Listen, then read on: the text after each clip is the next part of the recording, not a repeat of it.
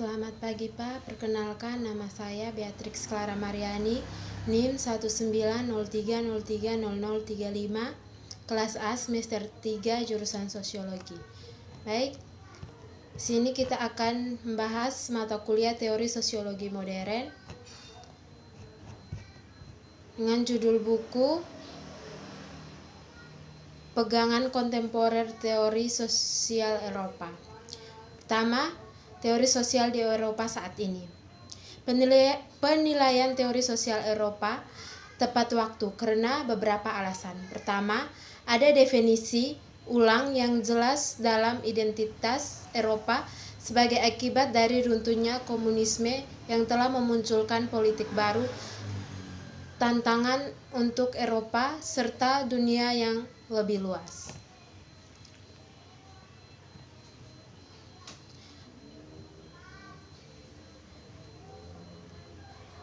Yang kedua, ada peningkatan signifikasi pengembangan pasca nasional di Eropa, ilmu sosial yang mengarah pada peningkatan kesadaran orang Eropa, serta yang lebih luas konteks internasional yang bertentangan dengan tradisi nasional. Yang ketiga, pertanyaan yang lebih luas tentang identitas teori sosial dalam konteks informasi disiplin dalam ilmu-ilmu sosial, tafsir baru tentang klasik, penurunan filsafat sebagai interpretasi menyeluruh dari ilmu-ilmu sosial. Selain itu, faktor-faktor ini tentu saja terdapat fakta yang jelas bahwa sekarang jumlahnya banyak berbagai jenis teori sosial di Eropa saat ini. Sedangkan gambaran nasionalis ada beberapa dan teori sosial internasional. Satu ciri teori sosial kontemporer adalah keberagaman pendekatan dan kehancuran dari teori besar yang dilihat oleh Quinn Skinner pada tahun 1985. Orang Eropa, teori sosial tidak disatukan oleh satu mazhab utama atau bahkan oleh satu ahli teori utama. Teori sosial memiliki arti yang berbeda bagi orang yang berbeda, tetapi istilah Anglo-Amerika dan tidak mudah diterjemahkan ke dalam tradisi Eropa. Di Amerika Utara, sebagian merupakan istilah lain untuk teori sosiologi yang lebih spesifik tetapi juga bersaing dengannya. Ini adalah titik spesifik untuk Amerika Utara tentunya karena pada umumnya terdapat asosiasi sosial tertentu teori dengan teori sosiologi, yaitu dengan metode sosiologis tertentu dari teori berkaitan dengan misalnya teori kelas menengah tentang perubahan sosial dan model kausal yang berkaitan dengan proses makrososial. Berikut ada tradisi teori sosiologi Eropa yang meski kental, teori sosial Nordik dipengaruhi oleh sosiologi. Lebih dari sosiologi yang berakar pada humaniora dan terutama dalam filsafat.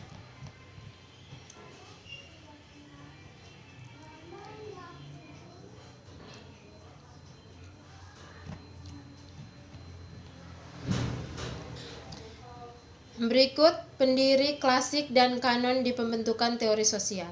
Pada saat yang sama, teori sosial saat ini mencoba untuk menahan atau mempromosikan penyebaran keahlian mereka. Mereka juga semakin disibukkan dengan menelusuri asal-usul dan strukturnya, menilai apa yang disebut penulis dasar, karya klasik, dan pernyataan kanoniknya. Meskipun dapat dikatakan bahwa kebutuhan fungsional untuk karya klasik berkembang karena dari kebutuhan untuk mengintegrasikan bidang wacana teoretis.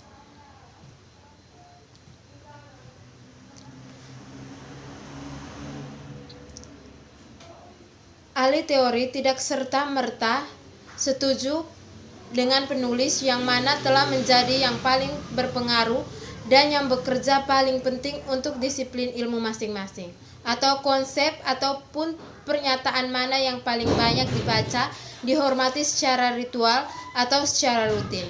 disebutkan definisi dan batasan tradisional terus menjadi hal yang lumayan perselisihan.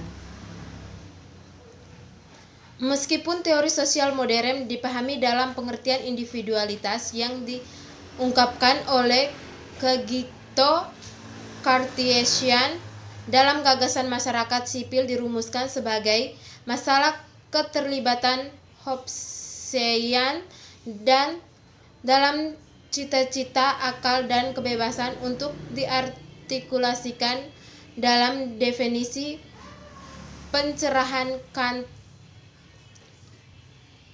Akibatnya, teori mengikuti sejarah sejauh pemenggalan kepala raja, penyerbutan Bastille, demokrasi, hak-hak manusia dan warga negara, serta milik mereka setelah gerakan intelektual selanjutnya. Berikut bangkitnya sosial.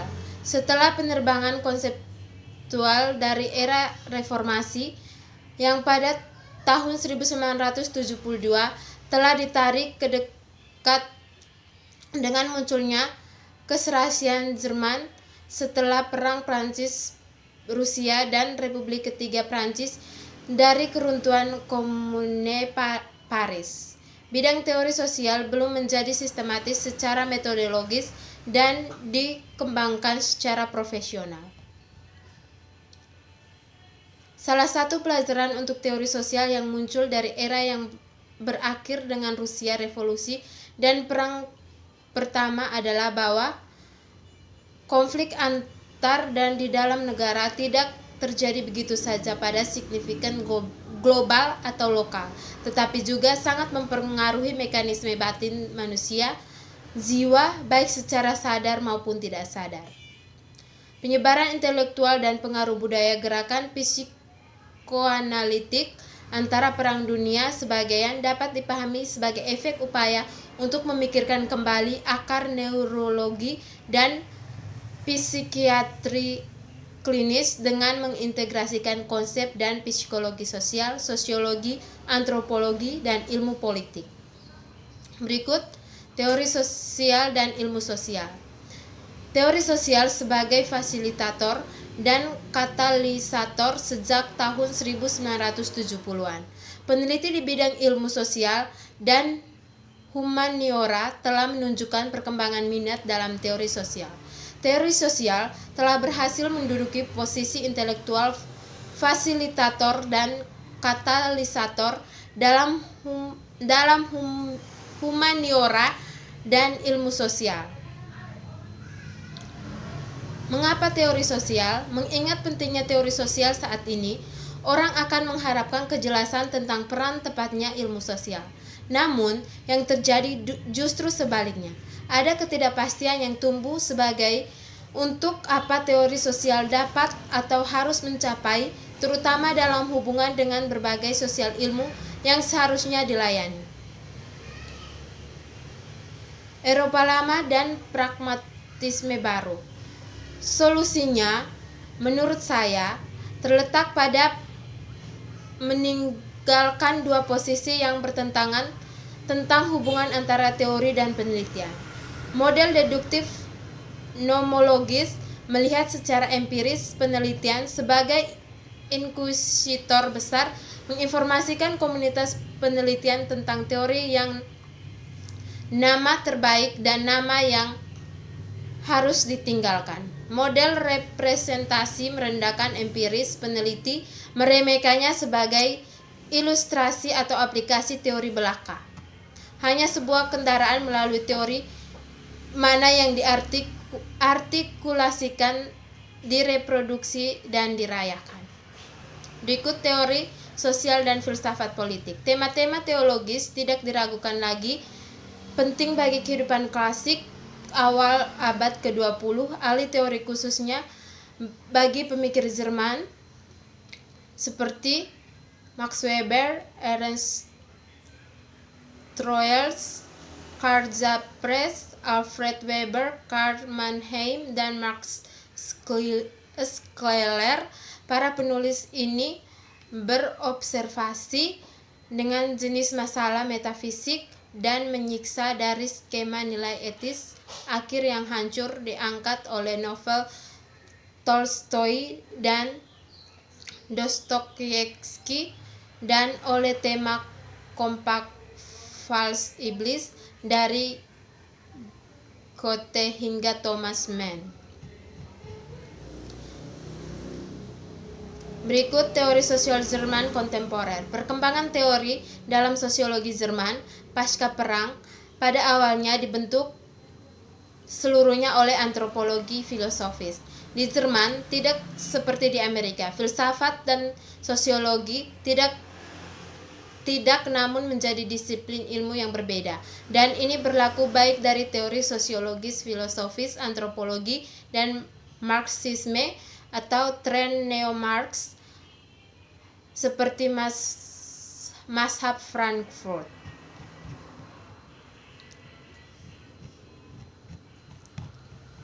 Konsep komunikasi bergerak secara diam-diam ke dalam pusat pembentukan teori dan dalam tulisan-tulisan awal Human dan Habermas hingga awal 1970-an. Sejalan dengan antropologi dan filosofi subjek, Habermas mempertahankan konsep pra-evolusi dan dari sejarah spesies manusia. Baik, demikian yang dapat saya sampaikan. Sekian dan terima kasih.